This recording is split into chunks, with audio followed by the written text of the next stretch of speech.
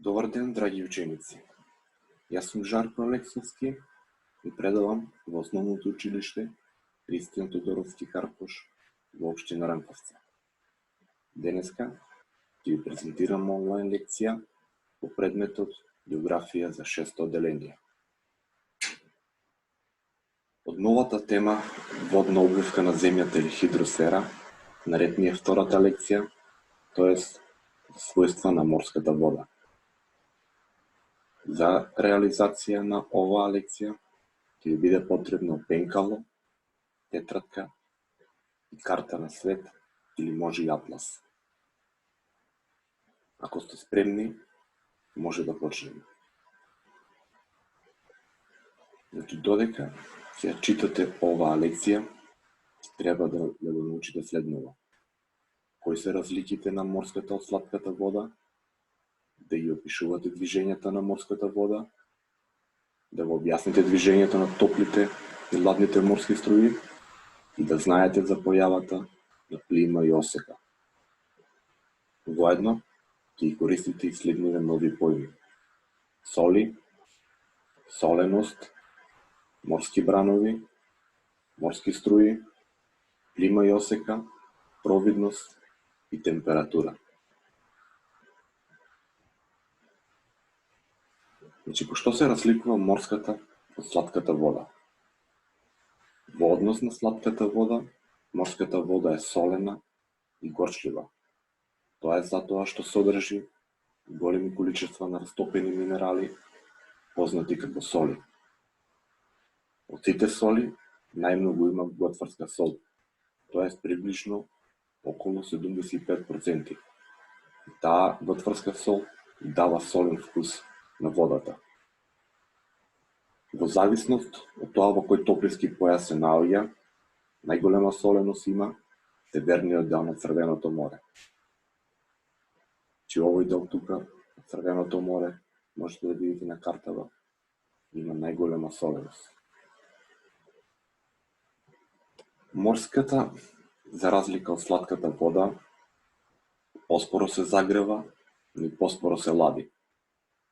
Сите вие кои што се биле на одмор на некое море или океан, знаете дека и подобро се плива во морска вода за разлика од слатка вода. Соленоста дава густина на морската вода и затоа полесно се плива во неа. Следно ни е за движење на морската вода. Морската вода во морињата и океаните се движи во вид на бранови, морски струи и плима и осека. Брановите се хоризонтални движења и најчесто настануваат со дејство на ветровите. Од силината на самиот ветер зависи и големината на брановите. Најголеми бранови се јавуваат во јужниот дел на Атлантскиот океан.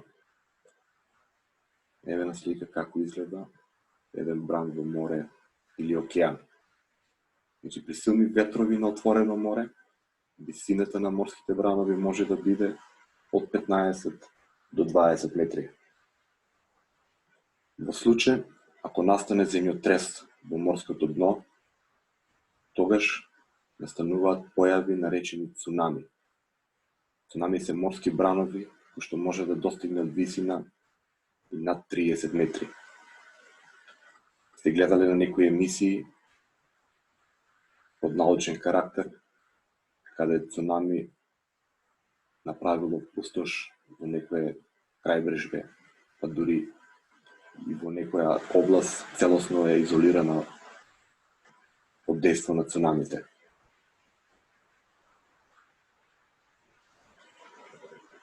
Морските струи се хоризонтални движења на морската вода. Тие под дејство на ветровите се движат хоризонтално и наликуваат на големи реки кои што се движат низ самото море или океаните. Морските струи може да бидат топли и ладни. Топлите струи се движат од екваторот тука, северно и јужно, кон северниот или јужниот пол, додека ладните струи се движат од половите, северниот и јужниот, кон екваторот.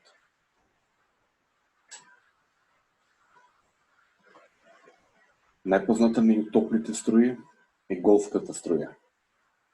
Голфската струја се движи во Атлантскиот океан и започнува тука, че може да видите на картата, во близина на Јужна Америка, кај екваторот, и се движи на север и завршува во близина на Скандинавскиот полуостров.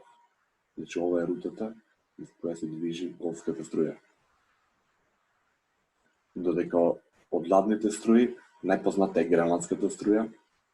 Гренландска се вика затоа што започнува во близина на најголемиот остров во светот Гренланд и се движи на југ кон екваторот, покрај бреговите на Северна Америка и завршува тука некаде.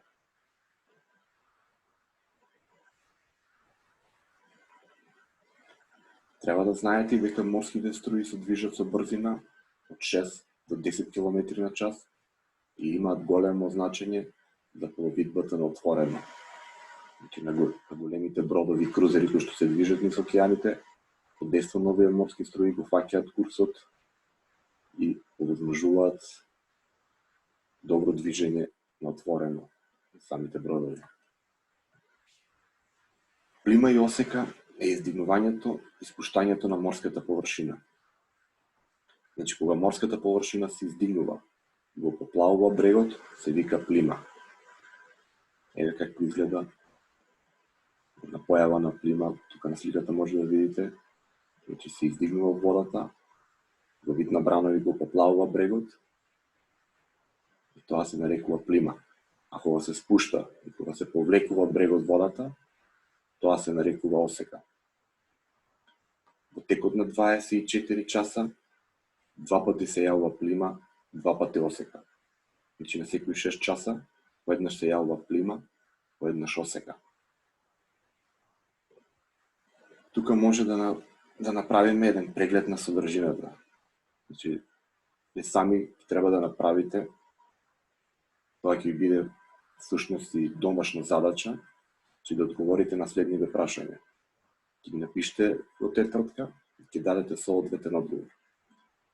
Значи да ги опишете брановите, да знаете што е плима и што е осека, каде настануваат морските струи, кои морски струи ти се познати, кои морски води се најтопли, и да објасните зошто водата не е со еднаква температура на секаде на земјината површина. Кога ќе завршите со домашното, ќе го презентирате на професорите кои што ви предаваат во соодветното училиште. За крај од оваа лекција имаме и нешто што е незадолжително, а што служи за оние што сакаат да научат повеќе. Значи, разликата меѓу плимата и осеката на одредени делови на земјата е само 0,30 см. Околу екваторот има мориња каде температурата на морската вода е 28 степени преку целата година. Најголема провидност од 66 метри на морската вода има Сарагасовото море. Плимските бранови овозможуваат покачување на нивото на водата кај некои речни долини, како е реката Темза во градот Лондон.